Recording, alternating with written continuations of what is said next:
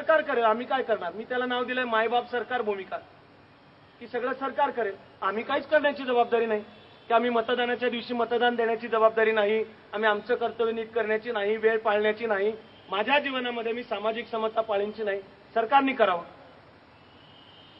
मी त्या फेनॉमेनलला नाव दिलंय की आमची जर हनुमान होण्याची तयारी नसेल तर आम्हाला राज्यकर्ता राम मिळण्याचा म्हणण्याचा आपल्याला हक्क सुद्धा नाही. आपल्याला जर म्हणणार असलो की माझ्या परीने मी कर्तव्य नीट करीन, ते करताना चुकू शकतं का? चुकू शकतं. मला जाहीर माईकवर हे म्हणलंच पाहिजे की इथून मी बोलतोय, तुम्ही ऐकता आहात, माझा काय दावा आहे काय मी सर्व परिपूर्ण आहे? अजिबात नाहीये. इतर कुणाही पेक्षा मला स्वतःच्या उणीवा दोषांची नीट जाणीव आहे, पण मी प्रामाणिकपणे एवढं पक्क सांगू शकतो की जिथे जी उघड्या डोळ्यांनी करून सावळून हमसे गलती नाही होती. की कळतंय की नाही कळत, की बोलतोय एक आणि करणारे दुसरं. अरे का आपण सगळे माणसं मान्य आहे ना, पण पहिलं म्हणू तर यात आहे की भारताचा नागरिक या नात्याने मी माझं कर्तव्य नीट करीन. आणि मग चौथ्या मुद्द्यावर आहे की चांगलं असो वाईट असो सरकार आणि प्रशासन माझं आहे, नागरिक या नात्याने माझी बेसिक भूमिका सहकार्याची. अर्थातच ती ठेवताना त्या सरकार आणि प्रशासनाला मग आपलं म्हणणं आहेच की तुम्ही पण आम्हाला आपले समजता का असे वागा ना, दिसू दे ना. पोलिसनी आता बलिदानाची मालिका उभी केली, आपण सलाम करतो, पण यातून जे सामाजिक वातावरण बदलेल त्यामध्ये पोलीस चौकामध्ये गाड्या अडवून पैसे खाणं करतील का बंद? पोलीस आणि प्रशासनाची सगळी खाती याच्या पुढच्या काळामध्ये जेव्हा सामान्य नागरिक ऑफिसात येईल तेव्हा त्याच्याशी सन्मानाने वागतील का? बेसिक त्याच्या फायलीचं काम वेळेत करतील का? या दिशेने पुढची झाली पाहिजे. त्याच्यासाठी आपला मुद्दा क्रमांक 4 आहे.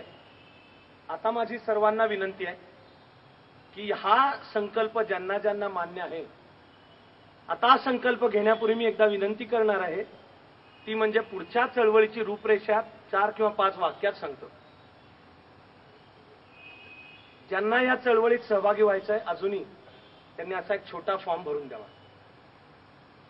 त्याच्यासाठी आपल्या या सभास्थानाच्या सर्व दिशांना टेबलं मांडली आहेत आणि माझे जे सहकारी कार्यकर्ते आहेत त्यांच्यापाशी हे मागा आणि उद्याच्या दिवसात केव्हाही हे चाणक्य मंडलवर आणून द्या.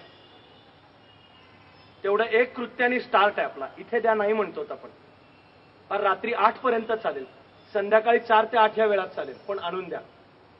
ते जेव्हा द्याल त्यावेळेला तुम्हाला 2 कागद मिळतील प्रत्येकाच्या हातात. एक हा आहे नागरिकांचं मागणीपत्र आणि संकल्प, आणि मागच्या बाजूला कॉलम ऑलरेडी केलेत, हा एक मिळेल हातात. आणि या चळवळीतल्या कार्यकर्त्यांसाठी सूचना असा एक कागद हातात मिळेल की हे कसं करायचं आपल्याला. हे घेऊन उत्स्फूर्तपणे ज्याला वाटतंय ते जरूर करा. आणि सह्यांचे कागद चाणक्य मंडल परिवाराचं जे कार्यालय आहे तिथे कृपया आणून द्या. ते मात्र 6 डिसेंबर पासून सायंकाळी 6 ते 8 या वेळात आणून द्या.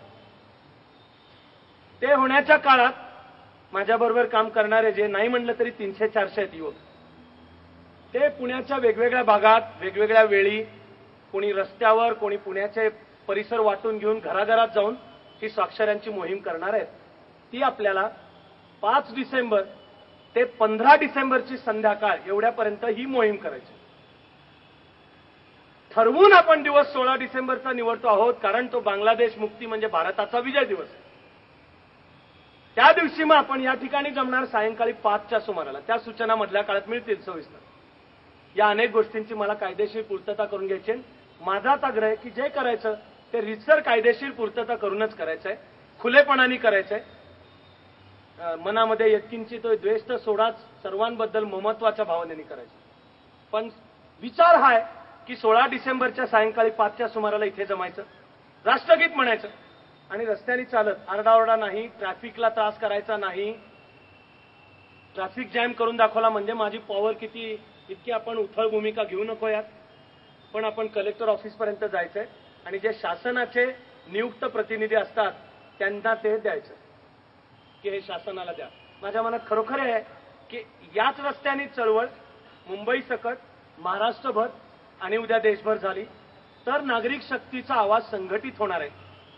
मग दुसरा टप्पा आहे 16 डिसेंबर नंतरच्या काळात या नागरिकांच्या समित्या, त्या समित्यांमध्ये ज्यांना कार्यकर्ते म्हणून यायचंय की आम्हाला प्रशिक्षण पण घ्यायचंय, पुढे इतरांना प्रशिक्षण देण्याची क्षमता मिळवायची, हे दहशतवादाचा सामना याचं प्रशिक्षण ते 16 डिसेंबरच्या पुढे सुरू करण्याचं आपल्या मनात, त्यावेळेपर्यंत याची सगळ्याची पूर्वतयारी होईल.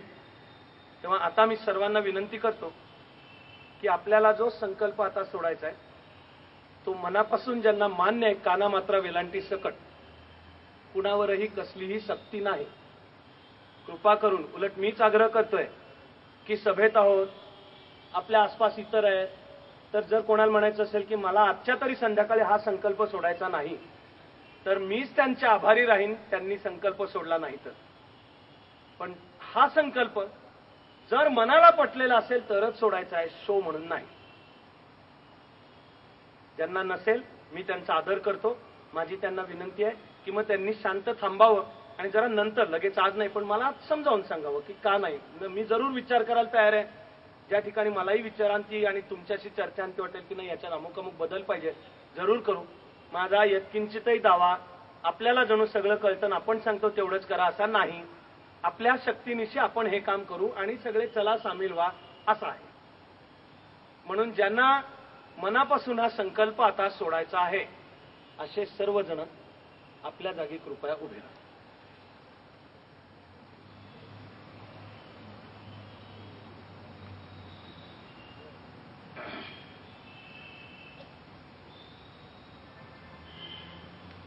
संकल्पाच्या शब्दांचा उच्चार संपल्यावर आपण जनगण मन सगळे एकत्र म्हणणार आहोत आणि मग आजच्या सभेचं काम संपेल, पण इथून पुढच्या नागरिकांच्या चळवळीचं काम सुरू. मी नागरिकांच्या संकल्पाचे शब्द सांगतो, आपण कृपया पाठोपाठ म्हणावेत. मी निर्भय आहे, दहशतवाद मला दहशतीखाली ठेवू शकत नाही. भारताचा नागरिक या नात्याने मी माझी कर्तव्य नीट करेन. भारताची राज्यघटना आणि कायद्यांच्या प्रामाणिक अंमलबजावणीसाठी माझा सविनय कायदे पालनाचा सत्याग्रह आहे. दहशतवादाचा सामना करताना मी कोणत्याही प्रकारे जात पात धर्म पंथ द्वेषाला थारा देणार नाही.